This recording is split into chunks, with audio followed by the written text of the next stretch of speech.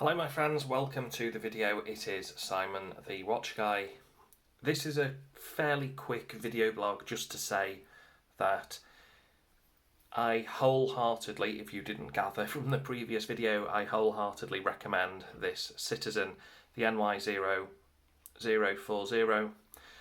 I have just received the black version, so let me just take this off. I've stuck this on a NATO. I don't know if it will stay on the NATO, I'm not sure. I'm really not sure, but that's what I've done. I've stuck it on an 18mm. Now, why an 18mm, I hear you ask? Well, first of all, it's because I've actually lost the 20mm version of this, but it reminded me that actually Sean Connery, who played James Bond, actually had a Rolex, which I believe it was a 20mm lug width, and he put an 18mm strap actually on the watch, and I really love the idea. Actually, I think it's a little bit quirky, it's a bit classy. It's not something that you would really think about doing, but you know, that's how it looks up close with it on the NATO. I think it looks quite good. There's the blue version. So I do have a buyer already for the blue version, hence the reason I've got the black.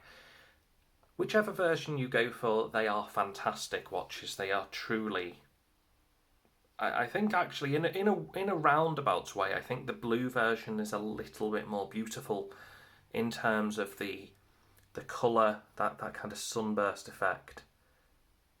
You don't really get it. The black one is kind of a matte black, sort of a solid black really.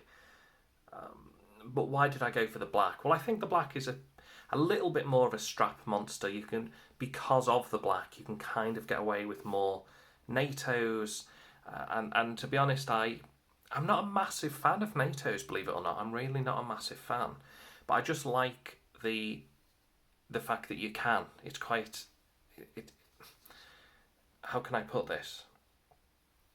It's the kind of watch where you can get away with many different straps. It's a versatile watch. That's the word I'm looking for, versatile. Whereas the blue version, it's still beautiful and it suits the stainless steel or this blue strap. And it would probably suit blue or maybe even some grey or sky blue NATOs. But I think the black version would pretty much suit any. So that's that. I'm going to put this back on my wrist and just give you an update on the channel really quickly. The channel is, again, it still is going to end. That still is planned. There will probably be one more video blog, and then the Cartier tank, I have a buyer for that, and I have one final video blog. Well, it's more of an overview, more of a review of a Bulova clock.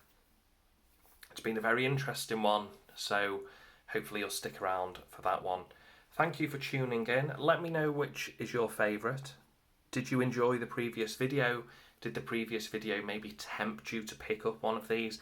I received a couple of comments to say that people really do like the look of these things. So, and I can't blame you. I really can't blame you. It's crazy. I often think to myself, well, I've thought to myself over the past few days, if I had have known just how good these Citizens are, 5, maybe even 6 years ago, I don't think I would have been on this crazy watch journey. But I think having been on this journey for so many years, it makes me appreciate this even more. And I do think it's the watch that I will probably stick with. And to be honest, I'm going to tell you guys the honest truth. I haven't worn the G-Shock, my beloved G-Shock, since I got the Citizen. It kind of tells you all you need to know. Maybe an exit watch does exist, and maybe this is it for me. So maybe you have to go on a crazy watch journey to find an exit watch. Maybe an exit watch isn't possible for some people. What do you think? Let me know in the comments below, and I'll see you in the next one for the overview of the Bulova clock. Okay, thanks for watching, guys.